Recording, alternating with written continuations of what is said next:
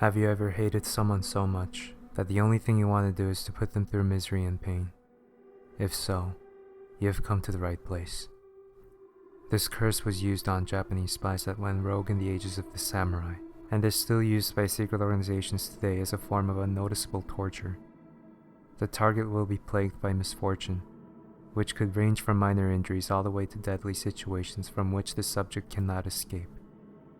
This was also used by the Indians after the technique was discovered in the late 1800s. It is important not to speak about what you have done to anyone. Otherwise, the curse will have the opposite effect. This happens for reasons unknown, since its creation was originally used for wooden keys of that era, but was modified by the aforementioned secret organizations in the late 1900s to affect metal keys. To begin, you'll need one of the subject keys. You must make sure that it is not an important key, since important keys are easily missed by owners.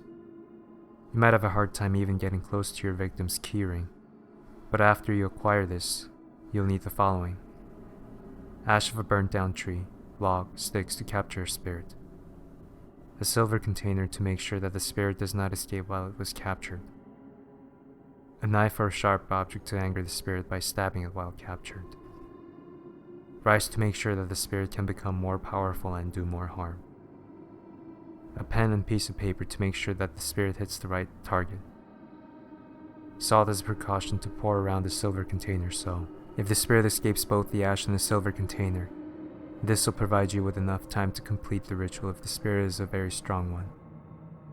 Water to lay the container in, maybe inside a sink or somewhere else, just as long as you can retrieve it again in a short amount of time. If you have the above mentioned, then follow the steps to begin the ritual. 1. Pour the ash into your silver container and begin to pour the salt around the silver container. These are your 3 titanium walls, blocking the spirit trying to attack you. 2. Now place the key inside the ash slowly.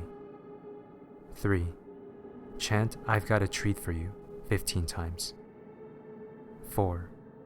After 5 minutes, take your knife or sharp object and stab the ash, which is now the spirit's body, 8 times, which will anger it and make it stronger. 5. Now pour the rice into the silver container. This will cause the curse effects to become stronger. 6. After pouring the rice, the spirit will be back in the container, if it could escape both the ash and silver container. 7. Write your target's name on the piece of paper and drop it into the silver container. 8.